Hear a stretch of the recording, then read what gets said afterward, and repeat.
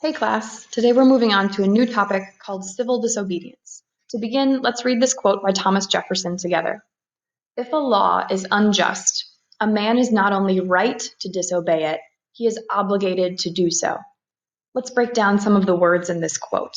The word unjust means discriminatory, unfair, prejudiced, or biased. Now, throughout history, there have been laws that have been unjust, laws that have brought certain people down. And it could be because of the color of their skin, or their gender, or their sexual orientation, even their age, their religion, so many different things. Consider slavery. Of course, slavery was an unjust law. It was legal to own another human being, but we know that that's discriminatory and unfair, prejudiced, and biased. So here's what Thomas Jefferson says about those unjust laws. We are obligated, we are required to break those unjust laws. And that's exactly what civil disobedience is. Civil Disobedience is an essay that was written by Henry David Thoreau as a protest of the Mexican-American War. You may remember Henry David Thoreau because he was one of our transcendentalist writers, along with Ralph Waldo Emerson. Thoreau was the one who wrote Walden. Let's break down civil disobedience just based on the words in the title. The word civil can mean within a country. You may have heard of civil war. Well, this kind of civil is different. It means politely or respectfully. And we know the word disobedience means not following orders. Now, these two ideas seem like they wouldn't go together. How can you respectfully break a law? But you may have also heard of a phrase called peaceful protest. And that's exactly what civil disobedience is. Sometimes individuals break laws purposefully to prove that the law is what's actually unjust and to call attention to that fact. Before we look at some examples, here are 3 criteria for an act to be considered civil disobedience. First of all, whatever you're fighting for must be a just, righteous, or upstanding cause. Some of these causes, as I've already mentioned slavery, the cause could be freedom, the cause could be equality, or safety, or resources for all groups of people.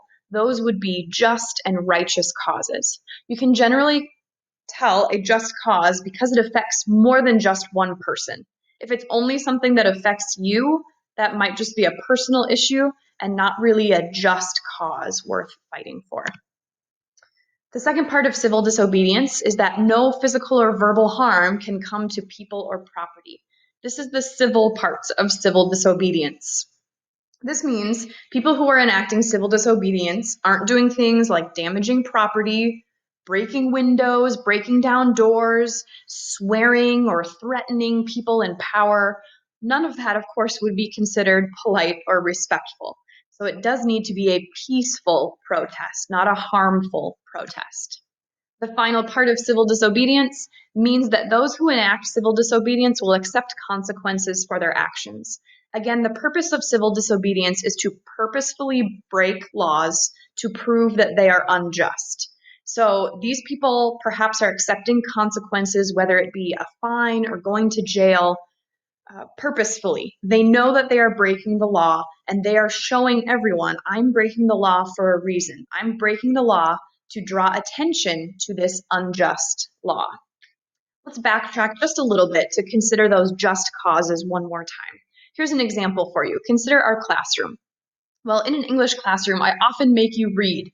And I understand some of you don't like to read, but we read all the time. Books, articles, graphic novels, we read a lot. Now, let's say you decide to protest reading. Well, let's be honest. Me making you read isn't unjust. I'm making you read because it helps you learn and grow. It's not really a just cause that you could be fighting for.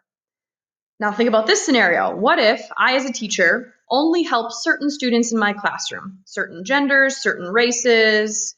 That certainly would be unjust because I'm taking away opportunities from certain students. Now that we know these 3 parts of civil disobedience, we'll look at some moments in history to determine if they are acts of civil disobedience or not. So keep these 3 things in mind as we consider what a peaceful protest really means.